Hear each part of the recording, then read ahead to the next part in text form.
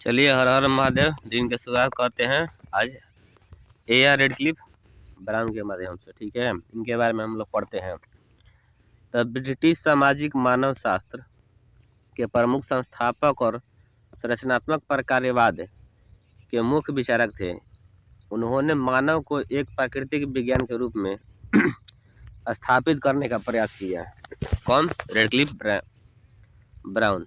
Radcliffe Brown British सामाजिक मानवशास्त्र के प्रमुख संस्थापक और संरचनात्मक प्रकारवाद के मुख्य विचारक थे। उन्होंने मानव शास्त्र को एक प्राकृतिक विज्ञान के रूप में स्थापित करने का प्रयास किया। कौन? Radcliffe Brown.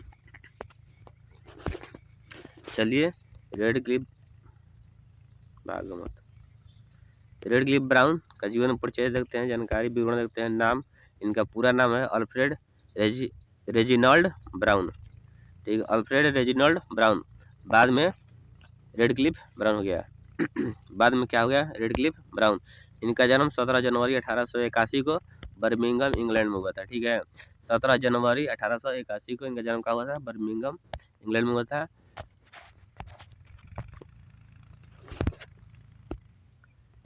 इनका शिक्षा ट्रिनिटी कॉलेज कैम्ब्रिज नैतिक विज्ञान से ऑनर्स किया था। ठीक है, ट्रिनिटी कॉलेज कैम्ब्रिज नैतिक विज्ञान से ऑनर्स किया था। प्रमुख अंडमान द्वीप के आधार पर पहली प्रमुख पुस्तक थी। पश्चिमी ऑस्ट्रेलिया, दक्षिणी अफ्रीका, शिकागो, ऑक्सफोर्ड में अकादमिक पद।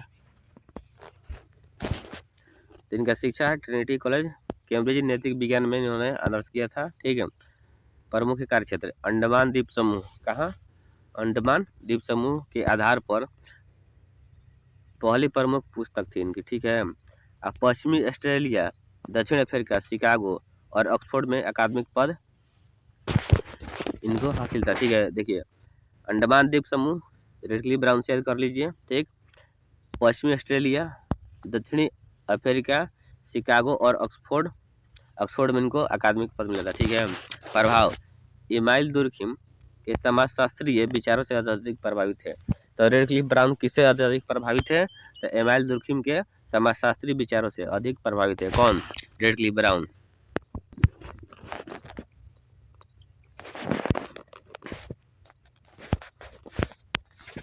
मेट्रो हो गया, रुक जा। सॉरी, थोड़ा डिस्टर्ब कर दिया मोबाइल। तो इनका मृत्यु 24 अक्टूबर 1955 को। 24 अक्टूबर इनका मृत्यु कब हुआ था? 24 अक्टूबर को लंदन इंग्लैंड में। ठीक है, तब बर्मिंघम इनका जन्म हुआ था और मृत्यु लंदन में, यानी कि दोनों इंग्लैंड में हुआ। 24 अक्टूबर 1955 को इनका क्या हुआ था?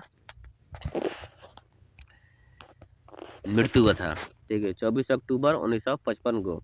आज जन्म 17 जनवरी कब हुआ था? 17 जनवरी 1881 में। कहाँ हुआ था? बर्मिंघम इंग्लैंड में, रेडक्लिफ ब्राउन का। ठीक है, और ये एमाइल दुर्खिम से प्रभावित है।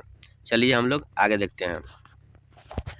तो रेडक्लिफ ब्राउन ने अपने क्षेत्रीय कार्य की शुरुआत अंडमान द्वीप समूह 1906 से 1908 के बीच में। देखिए, अंडमान द्वीप समूह है जो ना, इनका क्षेत्रीय कार्य जो हुआ था 1906 से 1908 से की, जिसके अनुभवों ने उनकी सैद्धांतिक नींव रखी। देखिए, जो अंडमान द्वीप समूह में जो ये क्षेत्रीय कार्य किए थे, तो उसी के अनुभवों ने, तो जो वहाँ पर अनुभव किए थे, उनकी सैद्धांतिक नींव रखी। इन्होंने सैद्धांतिक अपना नींव रखी, विचार दिए, और ये एमाइल दुर्खिम से प्रभावित है। चलिए थोड़ा सा हम लोग आगे देखते हैं पुस्तकें और शोध के बारे में। रेडक्लिफ ब्राउन की प्रमुख पुस्तकें और शोध। रेडक्लिफ ब्राउन ने अपने विचारों को व्यवस्थित रूप से पुस्तकों के बजाय अकादमिक लेखों और व्याख्यानों में अत्यधिक प्रस्तुत किया। इनकी प्रमुख रचना है। देखिए, रेडक्लिफ ब्राउन ने अपने विचारों को व्यवस्थित रूप से पुस्तकों के बजाय, यानी कि पुस्तक में न देते हुए, अकादमिक लेखों, ठीक है, और व्याख्यान यानी कि भाषणों में अधिक प्रस्तुत किया। इनकी प्रमुख रचना है। पुस्तक और लेख का नाम अंग्रेजी, प्रकाशन वर्ष, विषय वस्तु और शोध। इसके बारे में हम लोग नीचे देखते हैं। ठीक है, क्या दिया हुआ है देखिए। एक इनका पुस्तक है जिसका नाम है द अंडमान आइलैंडर्स 1922 में। ठीक है, इनकी एक पुस्तक है द अंडमान आइसलैंडर्स, ठीक है। इनकी पहली प्रमुख नृवंशी विज्ञान नृवंश विज्ञान नृवंश विज्ञान पुस्तक, ठीक है। इसमें अंडमान द्वीप समूह के निवासियों के धर्म, अनुष्ठानों और सामाजिक, ठीक है। द अंडमान लैंडर्स में क्या है कि अंडमान द्वीप समूह निवासियों के धर्म, अनुष्ठान और सामाजिक, आगे देखते हैं क्या दिया है, और बोल रहा है कि इनकी पहली प्रमुख नृवंश विज्ञान पुस्तक है। कौन है? द अंडमान आइसलैंडर्स, ठीक है, 1922 में। तो हम लोग देख लिए कि अंडमान द्वीप समूह के निवासियों के धर्म, अनुष्ठान और क्या कह रहा है, और देखिए यहाँ पर दिया हुआ है एक सामाजिक एकजुटता, ठीक है, सामाजिक एकजुटता पर दुर्गमवादी परिप्रेक्ष्य लागू किया। देखिए दुर्गम से ये प्रभावित है, दुर्गमवादी परिप्रेक्ष्य लागू किया, ठीक है। चलिए, structure and the function in the primitive society 1952। अंग्रेजी थोड़ा मेरा वीक है, ठीक है। तो structure and function in the primitive society 1952 में। इसमें उन्होंने क्या कहा है कि विभिन्न लेखों का संग्रह है जिसमें उनके संरचनात्मक प्रकारवाद, सामाजिक संरचना की अवधारणाओं को विस्तार से समझाया गया है। देखिए, structure of function in primitive society 1952 में जो इन्होंने लिखा है उसमें विभिन्न लेखों का संग्रह है, यानी कि जितना भी ये लेख अकादमिक लेख लिखते थे उसका संग्रह है, जिसमें उनके संरचनात्मक प्रकारवाद और सामाजिक संरचना की अवधारणा को विस्तार से समझाया गया है, ठीक है। आगे देखते हैं कौन सा बुक है, a natural science of society, a natural science of society 1957 मरणोपरांत लिखा गया है, ठीक है। Structure and function in primitive society 1952 में, जिसमें क्या है लेखों का संग्रह है, उनके रचनात्मक प्रकारवाद और सामाजिक संरचना की अवधारणा को विस्तार से समझाया गया है। किस पुस्तक में है? तो स्ट्रक्चर और फंक्शन इन प्रिमिटिव सोसाइटी 1952 में। नेचुरल साइंस ऑफ सोसाइटी 1957 में इनके मरणोपरांत लिखा गया है। उनके शिकागो व्याख्यानों का संग्रह, जो शिकागो में ये भाषण दिए थे उसका संग्रह, जिसमें उन्होंने मानव शास्त्र को प्राकृतिक विज्ञान के समान कठोर पद्धति पर आधारित करने के अपने दृष्टिकोण को स्पष्ट किया। देखिए, ये जो शिकागो वाला है ना व्याख्यान, तो शिकागो व्याख्यान का संग्रह है किसमें? A natural science of society 1952 मरणोपरांत जो हुआ था।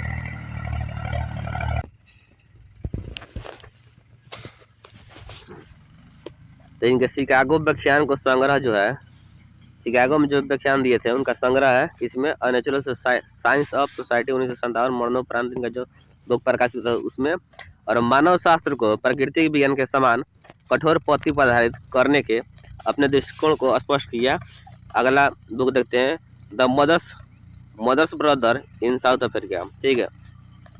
The mother's brothers in South Africa 1924 में इनका जो बुक आया था उसमें नातेदारी पर उनका एक महत्वपूर्ण लेख, जिसमें मतुल्य यानी कि मदर्स ब्रदर के साथ विशिष्ट संबंधों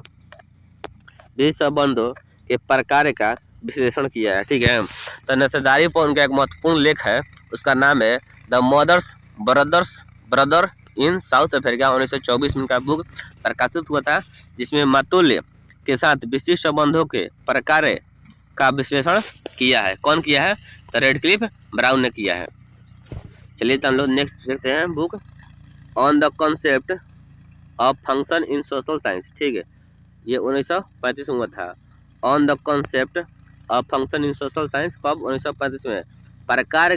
प्रकार की उनकी परिभाषा को सैद्धांतिक स्पष्टीकरण इसमें उन्होंने दिया है, यानी कि प्रकार की उनकी परिभाषा रेडक्लिफ ब्राउन के समक्ष परिभाषा का सैद्धांतिक स्पष्टीकरण इस बुक में है, the concept of function in social science, ठीक। तो हम लोग पढ़ लिए इनके जीवन परिचय और बुक के बारे में, ठीक। और बाकी हम लोग देखते हैं नेक्स्ट वीडियो में कि अवधारणा और सिद्धांत इनका क्या है। अवधारणा और सिद्धांत के बारे में हम लोग देखेंगे नेक्स्ट वीडियो में। चलिए, रेडक्लिफ ब्राउन के प्रमुख अवधारणा और सिद्धांत हम लोग देखते हैं। रेडक्लिफ ब्राउन का सबसे महत्वपूर्ण योगदान संरचनात्मक प्रकारवाद और सामाजिक संरचना की उनकी वैज्ञानिक व्याख्या है, ठीक है। रेड क्लिफ ब्राउन का जो सबसे महत्वपूर्ण योगदान है तो संरचनात्मक प्रकारवाद और सामाजिक संरचना की उनकी वैज्ञानिक व्याख्या, यानी कि वैज्ञानिक व्याख्या के संदर्भ में ये बताते हैं। ठीक है, देखते हैं अगला, संरचनात्मक प्रकारवाद है क्या और उसके बारे में रेड क्लिफ ब्राउन ने क्या कहा है। चलिए देखते हैं। संरचनात्मक प्रकारवाद, रेड क्लिफ ब्राउन ने दुर्किम के विचारों को आगे बढ़ाते हुए संरचनात्मक प्रकारवाद को विकसित किया है। ठीक है, यानी कि दुर्किम के विचारों को बढ़ाते हुए संरचनात्मक प्रकारवाद को विकसित किया है। कौन किया है? Red Cliff brown. उनका मूल विचार क्या है उसके बारे में हम लोग थोड़ा देखते हैं। तो देखिए, उनका मूल विचार है कि उन्होंने समाज की तुलना एक जीवित जीव से की है। जिस प्रकार जीव के विभिन्न अंग, हृदय, फेफड़े एक दूसरे पर निर्भर रहकर पूरे जीव के अस्तित्व को बनाए रखने के लिए कार्य करते हैं, उसी प्रकार समाज की विभिन्न संरचना जैसे कि परिवार, धर्म, कानून अपने प्रकार करती है, जो संपूर्ण सामाजिक व्यवस्था को निरंतरता बनाए रखने के लिए आवश्यक है। इनका मूल विचार क्या है कि उन्होंने समाज की तुलना एक जीवित जीव के भांति किया है। जिस प्रकार से जीव के विभिन्न अंग होता है, जैसे हृदय, फेफड़े, उसी तरह एक दूसरे पर निर्भर जैसे रहते हैं, पूरे जीव के अस्तित्व को बनाए रखते हैं। ठीक उसी प्रकार समाज की विभिन्न संरचना है, जैसे परिवार, धर्म, कानून अपने प्रकार करती है, जो संपूर्ण सामाजिक व्यवस्था की निरंतरता बनाए रखने के लिए बहुत आवश्यक है। ये किसका विचार है? तो ये विचार है रेड क्लिफ ब्राउन का, और संरचनात्मक प्रकारवाद के अंतर्गत इन्होंने कहा है दुर्किम के विचारों को आगे बढ़ाते हुए। चलिए अब हम लोग इनका प्रकार के परिभाषा के बारे में समझेंगे, ये क्या कहते हैं। ठीक है तो प्रकार की परिभाषा, उनके लिए प्रकार का अर्थ है किसी सामाजिक गतिविधि का वह योगदान जो सामाजिक व्यवस्था को निरंतरता को बनाए रखने में देती है। समझे? प्रकार की परिभाषा क्या है उनके नज़रों में कि प्रकार का अर्थ है किसी सामाजिक गतिविधि का वह योगदान जो सामाजिक व्यवस्था की निरंतरता को बनाए रखती है, वही क्या है? प्रकार है। उदाहरण, अंडमान द्वीप समूह पर शोक का अनुष्ठान। देखिए, अंडमान द्वीप समूह पर जो शोक का अनुष्ठान होता है उसके बारे में उन्होंने बताया है कि जो अनुष्ठान है वो सामाजिक गतिविधि है और उसी व्यवस्था को बनाए रखने के लिए निरंतरता, मतलब कि हमेशा वो चीज़ें होती रहे, इसके बारे में उन्होंने प्रकार के बारे में कहा है। जैसे कि मान लीजिए कि कोई कार्य है, ठीक है, हम उसे करते हैं और छोड़ देते हैं, तो ये छोड़ने के समक्ष में ये नहीं बोल रहे हैं, करते रहने के समक्ष में बोल रहे हैं। जैसे कि मान लीजिए कि किसी का मृत्यु हो गया, उसके बारे में ये बता रहे हैं कि मृत्यु होने के बाद हम लोग उसका शोक मनाते हैं। तो हमेशा जब मृत्यु हो उसके विपक्ष, माने उसके सपक्ष में हम लोग क्या करते हैं कि एक सामाजिक अनुष्ठान रखते हैं, मतलब जहाँ एक समूह हो और वहाँ सभी लोग शोक मनाए। ठीक है, तो ये शोक मनाने क्या है? जैसे कि हम लोग कोई जन्म तिथि मनाते हैं, तो कहने का मतलब कि एक साल जन्म तिथि मनाए फिर अगला साल छोड़ दिए, उस तरह से नहीं, हर साल मना रहे हैं, तो ये अनुष्ठान हो गया। ठीक, तो उस तरह के कार्य को जो है, जो सामाजिक कार्य है, कि अगर हम लोग किसी व्यक्ति का जन्म तिथि धूमधाम से मना रहे हैं, ठीक, तो उसके बारे में ये कह रहे हैं कि उसकी निरंतरता बनाए रखने में है, छोड़ने में नहीं है। ठीक है, तो सामाजिक गतिविधि का वह योगदान है, प्रकार है, जो सामाजिक व्यवस्था को निरंतरता बनाए रखने में देती है। जिससे अंडमान द्वीप समूह पर शोक अनुष्ठान, तो अंडमान द्वीप समूह इनका प्रमुख कार्य क्षेत्र था, तो उसी के बारे में ये उदाहरण भी दे रहे हैं। ठीक है, चलिए हम लोग नेक्स्ट देखते हैं कि और क्या कह रहा है कि जब किसी व्यक्ति की मृत्यु होती है तो यह सामाजिक व्यवस्था में एक असंतुलन पैदा करती है। बात समझिए, जब किसी व्यक्ति की मृत्यु होती है तो इस सामाजिक व्यवस्था में असंतुलन पैदा करती है। कहने का मतलब है कि यदि किसी व्यक्ति का मृत्यु हो जाता है तो हम लोग क्या करते हैं, उसको मिस करते हैं। ठीक है, जिससे कि उसके बगैर हमारा कोई कार्य ना होगा। ठीक, तो इस तरीक़े से क्या होता है, अगर मान लीजिए कि कोई अगर आपके राज्य का मुख्यमंत्री है, ठीक है, प्रधानमंत्री बोल रहे, मुख्यमंत्री है, और मुख्यमंत्री अगर मर जाते हैं तो हमारा क्या होगा कि कुछ दिन के लिए कार्यभार रुक जाएगा। घर परिवार में ही देखिए, अगर आपका कोई गर्जीवन मान लीजिए एक्सपायर हो जाते हैं या कुछ हो जाता है, तो कुछ दिन के लिए हमारा क्या होता है, सब रूल रेगुलेशन बदल जाता है कि नहीं ऐसे करना है वो करना है, मतलब थोड़ा सा आदमी थम सा जाता है, रुक सा जाता है। तो उसी के बारे में ये बता रहे हैं। अनुष्ठान का प्रकार उस सामूहिक भावना को फिर से स्थापित करना है, शोक को नियंत्रित करना है और अंततः समूह में सामाजिक एकजुटता और संतुलन को बहाल करना है। देखिए इनका कहने का अर्थ क्या है, प्रकार के लिए प्रकार के जो परिभाषा दिए हैं उसके बारे में कि सामाजिक भावना को फिर से स्थापित करना है और शोक को नियंत्रित करना है और अंततः समूह में सामाजिक एकजुटता और संतुलन को बहाल करना है। देखिए कहने का मतलब कि ये शोक के नियंत्रित के बारे में कह रहे हैं कि अगर सामूहिक भावना, देखिए मान लीजिए अगर हम बोलते हैं जय हिंद, ठीक है, तो हमारे साथ जितने भी देशभक्त लोग हैं, ठीक है, अगर देश से उनको प्यार है तो वो भी जय हिंद बोलेंगे। तो ये क्या हो गया, एक राष्ट्रीय भावना हो गया, ठीक है। और एक सामाजिक भावना के बारे में, सामूहिक भावना के बारे में ये बता रहे हैं।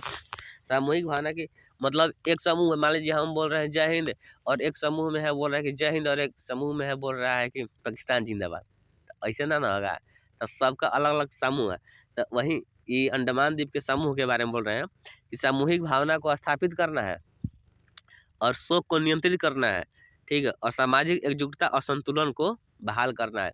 जैसे मान लीजिए हम लोग कोई पर्व त्योहार मनाते हैं, ठीक है, तो मनाते हैं तो चंदा तो सिलते हैं ना, तो हम लोग मिलजुल कर चंदा तो सिलते हैं, उसमें चंदा देने वाला भी भाग लेता है और चंदा लेने वाला भी भाग लेता है। तो क्या हुआ, एक सामूहिक भावना हो गया, मतलब हर व्यक्ति के अंदर ये भावना रहती है कि नहीं हमको पूजा करना है तो चंदा देना है, ठीक है।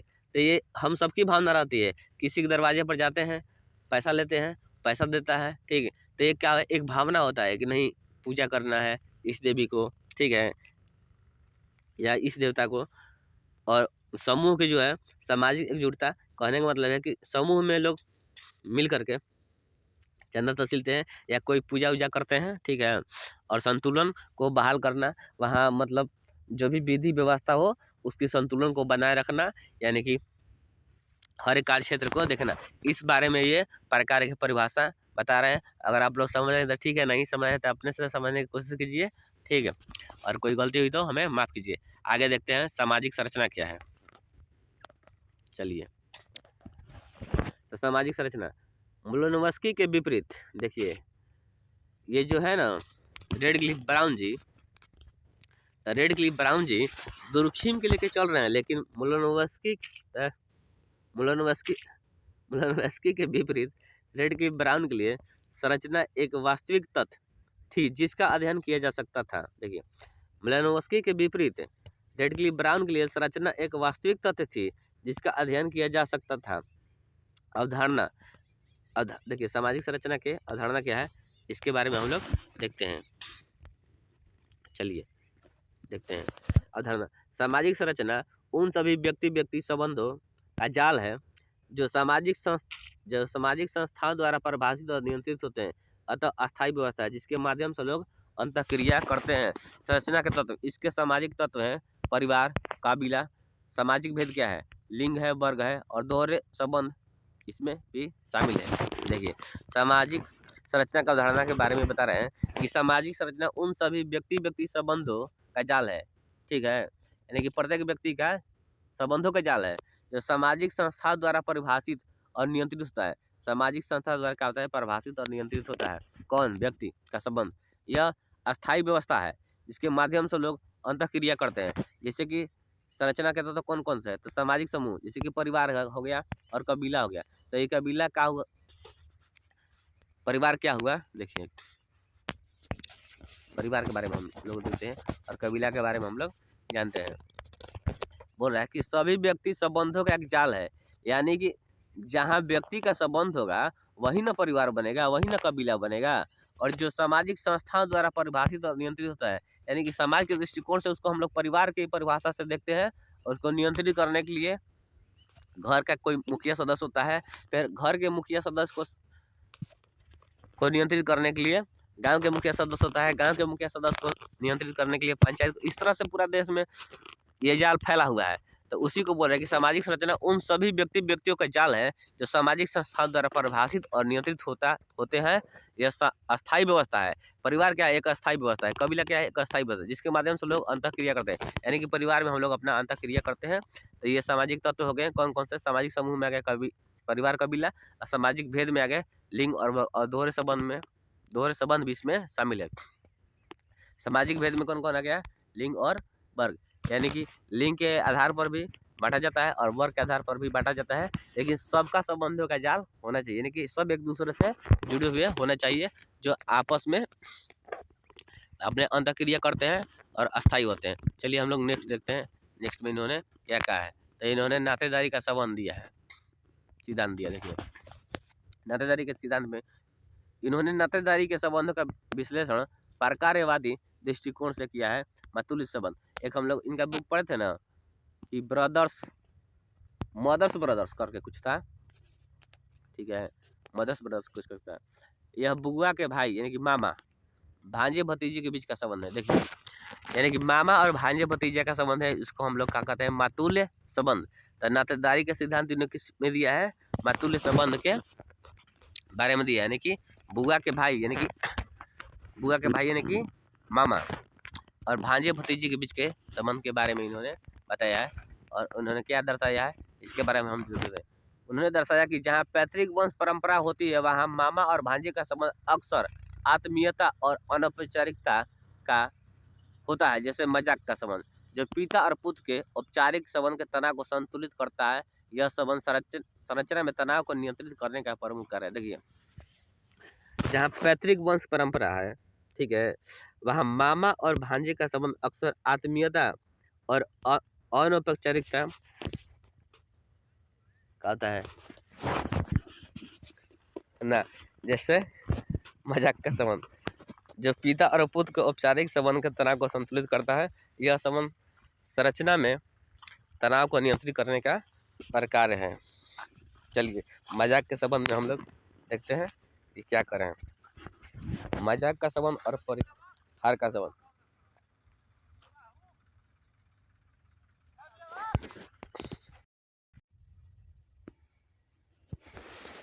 चलिए हम लोग देते हैं नातेदारी का सिद्धांत, रेडक्लिफ ब्राउन का नातेदारी का सिद्धांत। लाइन हमारे इधर उधर चल जाता है। देखिए उन्होंने नातेदारी के संबंधों का विश्लेषण प्रकारवादी दृष्टिकोण से किया मातुल्य संबंध के बारे में। ठीक है, किसके बारे में? मातुल्य संबंध के बारे में। कौन?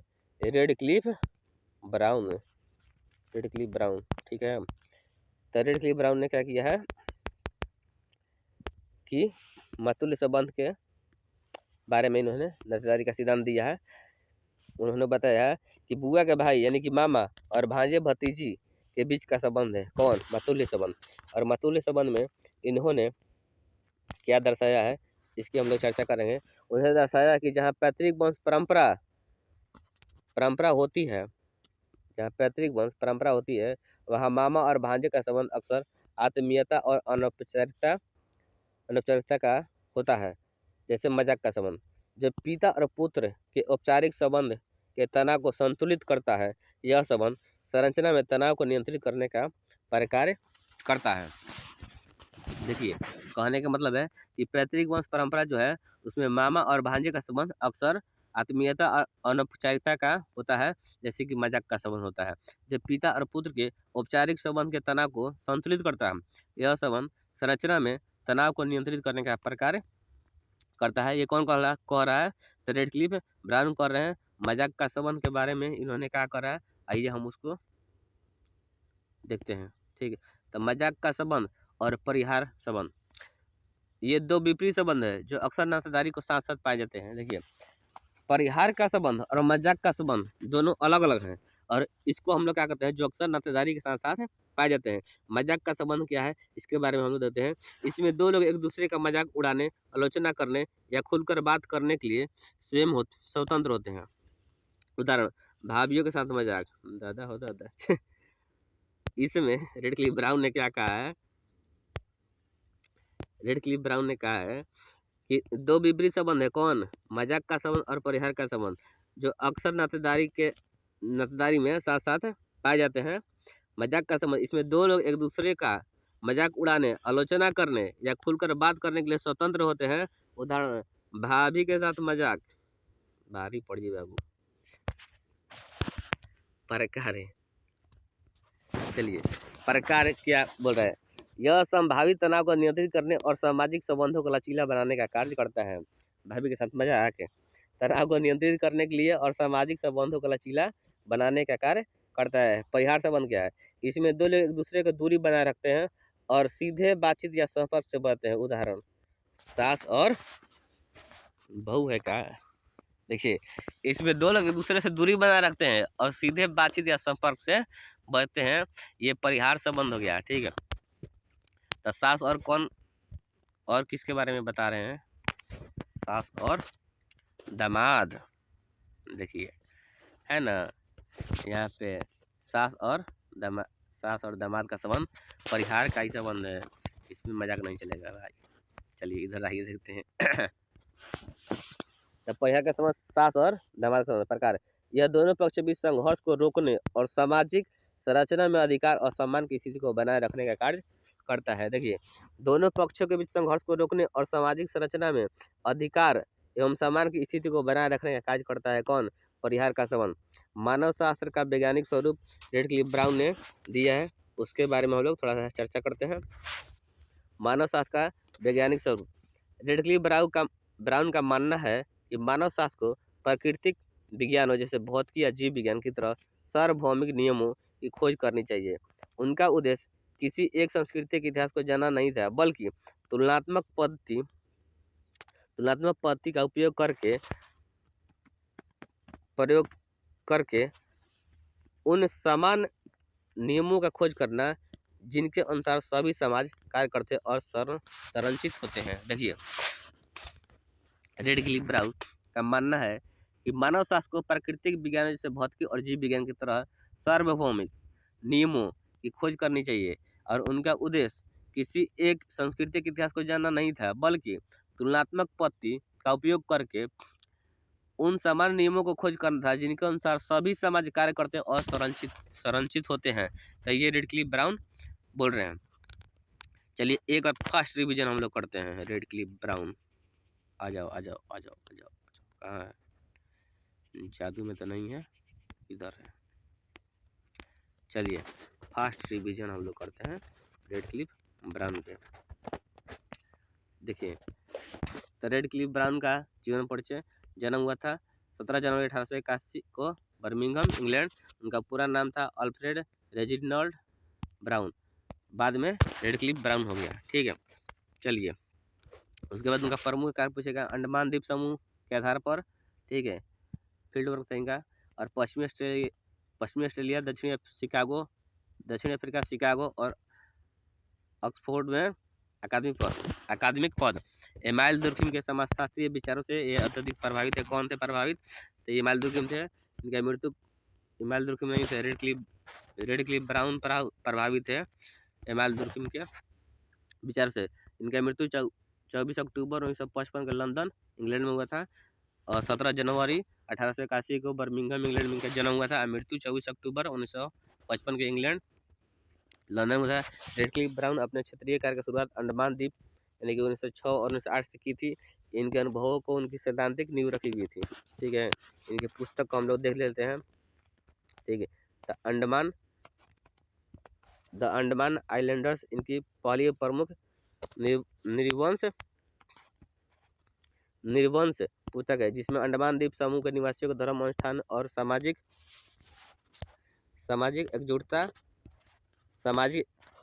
एकजुटता पर दुर्खिमवादी परिप्रेक्ष्य लागू करते हैं। इनका दूसरा बुक है structure and function in primitive society, 1952 में हुआ था। विभिन्न लेखों का संग्रह है। संरचनात्मक प्रकारवाद और सामाजिक संरचना का उदाहरण को विस्तार से समझाया गया। चलिए नेक्स्ट देखते हैं book unnatural science of society, 1957 में मरणोपरांत इस बुक को प्रकाशित किया गया था।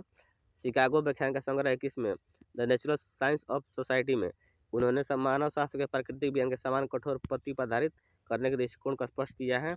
चलिए अब आगे देखते हैं next the mother's brother in South Africa, 1924 में नातेदारीपन का एक महत्वपूर्ण लेख है जिसमें मतुल्य संबंध और विशिष्ट संबंधों का प्रकार का विश्लेषण किया है। On the concept function in social science, on the concept of function in social science, प्रकार की परिभाषा और सैद्धांतिक स्पष्टीकरण इन्होंने दिया है। प्रमुख अवधारणा इनका कौन कौन सा है? तो पहला है रचनात्मक प्रकारवाद रेडक्लिफ ब्राउन के। इसमें इन्होंने मुख्य विचार किया दिया है। तो इसमें उन्होंने मुख्य विचार दिया है रचनात्मक प्रकारवाद में कि एक जीवित जीव की भांति है जिसमें विभिन्न अंग फेफड़े एक दूसरे पर निर्भर करके पूरे जीव अस्तित्व को बनाए रखते हैं। उसी प्रकार समाज की विभिन्न संरचनाएं, परिवार, धर्म, कानून अपने प्रकार और संपूर्ण जाति व्यवस्था को निरंतर बनाए रखने के लिए आवश्यक है। ठीक है, तो जैसे एक जीवित जीव है, उसके विभिन्न अंग उसके शरीर को जीव को अस्तित्व बनाए रखने के लिए एक दूसरे पर निर्भर है। उसी प्रकार समाज की विभिन्न संरचना है जो कि परिवार, धर्म, कानून है, अपने प्रकार करती है और संपूर्ण सामाजिक व्यवस्था की निरंतरता को बनाए रखती है। ये किस अवधारणा और सिद्धांत का है? तो संरचनात्मक प्रकारवाद का अवधारणा के अंतर्गत रेडक्लिफ ब्राउन ने किया है और दुर्खिम के विचारों को आगे बढ़ाते हुए संरचनात्मक प्रकारवाद को विकसित किया है। चलिए हम लोग देखते हैं प्रकार का परिभाषा इसमें क्या उन्होंने दिया है कि सामाजिक गतिविधि का वह योगदान जो सामाजिक व्यवस्था को निरंतरता को बनाए रखती है। अंडमान द्वीप समूह पर जैसे शोक का अनुष्ठान। ठीक है, जब किसी व्यक्ति की मृत्यु होती है तो सामाजिक व्यवस्था में असंतुलन पैदा होती है। इसके बारे में इन्होंने बताया है। चलिए अब इनका देखते हैं हम लोग दूसरा कॉन्सेप्ट क्या कर रहे हैं। सामाजिक संरचना का इनका दूसरा कॉन्सेप्ट है। ठीक है, मोलानोव्स्की के विपरीत। ठीक है, तो सामाजिक संरचना मोलानोव्स्की के विपरीत है और दुर्खिम के विचारों को आगे बढ़ाया है। कौन सा संरचना है? सामाजिक। ठीक है, अभी हम लोग पढ़े ना, किधर गया है ना, रचनात्मक प्रकारवाद हम लोग का देखें दुर्खिम के विचारों को आगे बढ़ाया है। लेकिन यहीं अगर कहता है सामाजिक संरचना, देखिए यहाँ पर है सामाजिक संरचना। तो सामाजिक संरचना में क्या है? मोलानोव्स्की के विपरीत है। रेडक्लिफ ब्राउन के लिए संरचना एक वास्तविक तत्व थी जिसका अध्ययन किया जा सकता था और सामाजिक संरचना उन सभी व्यक्ति संबंधों का जाल है जो सामाजिक संस्थाओं द्वारा परिभाषित और नियंत्रित होते हैं। अतः सामाजिक व्यवस्था है जिसके माध्यम से लोग अंतःक्रिया करते हैं। चलिए, और इसमें संरचना के तत्व कौन कौन से? सामाजिक समूह है, परिवार, कबीला है, सामाजिक भेद में लिंग और वर्ग है और दोहरे संबंध भी इसमें शामिल होते हैं। ठीक है, नातेदारी के सिद्धांत के बारे में रेडक्लिफ ब्राउन क्या कहते हैं नातेदारी के संबंध में? तो इन्होंने नातेदारी के संबंधों का विश्लेषण प्रकारवादी दृष्टिकोण से किया है, जिसमें मतुल्य संबंध के बारे में इन्होंने बताया है कि यह बुआ के भाई यानी कि मामा और भांजे भतीजे के बीच का संबंध है। ठीक है, उन्होंने दर्शाया कि जहाँ पैतृक वंश परंपरा होती है वहाँ मामा और भांजे का संबंध अक्सर आत्मीयता अनौपचारिकता का होता है, जिससे मजाक का संबंध होता है। तो पिता और पुत्र के औपचारिक संबंध के तनाव को संतुलित करता है। यह संबंध संरचना में तनाव को नियंत्रित करने का प्रकार करता है। ठीक है, समाज का संबंध, देखिए समाज का संबंध और प्रकार का संबंध दोनों अलग अलग है। देखिए समाज का मजाक का संबंध है, समाज का नहीं है, मजाक का संबंध है। ठीक है, मजाक का संबंध और परिहार का संबंध दो विपरीत संबंध है, लेकिन जो अक्सर नातेदारी में साथ साथ पाए जाते हैं। ठीक है, मजाक का संबंध किसके बीच में है? तो हम लोग यहाँ देखते हैं कि मजाक का संबंध क्या है? दो लोग एक दूसरे से मजाक उड़ाने, आलोचना करने और खुलकर बात करने के लिए स्वतंत्र होते हैं। जैसे भाभीियों के साथ मजाक, ये मजाक का संबंध है। प्रकार, यह संभावित तनाव को नियंत्रित करने और सामाजिक संबंधों को लचीला बनाने का कार्य करता है। परिहार संबंध क्या है? इसके बारे में हम लोग देखते हैं। तो परिहार संबंध, इसमें दो लोग एक दूसरे की दूरी बनाए रखते हैं और सीधी बातचीत या संपर्क से बचते हैं। उदाहरण सास और दामाद का संबंध। ये कौन सा हो गया? परिहार संबंध हो गया, सास और दामाद का, जिसमें दो लोग एक दूसरे से दूरी बनाए रखते हैं और सीधे बातचीत से संपर्क से बचते हैं। ठीक है, सास और दामाद का संबंध। ठीक है, प्रकार है, यह दोनों पक्षों के बीच संघर्ष को रोकने और सामाजिक संरचना में अधिकार समान स्थिति को बनाए रखने का कार्य करता है। इनका चौथा कॉन्सेप्ट क्या है? ये चौथा कॉन्सेप्ट मानव शास्त्र का वैज्ञानिक स्वरूप है। रेडक्लिफ ब्राउन का मानना था कि मानव शास्त्र को प्राकृतिक विज्ञान जैसे भौतिक और जीव विज्ञान की तरह सार्वभौमिक नियमों की खोज करनी चाहिए। उनका उद्देश्य था कि किसी एक संस्कृति के इतिहास को जानना नहीं था,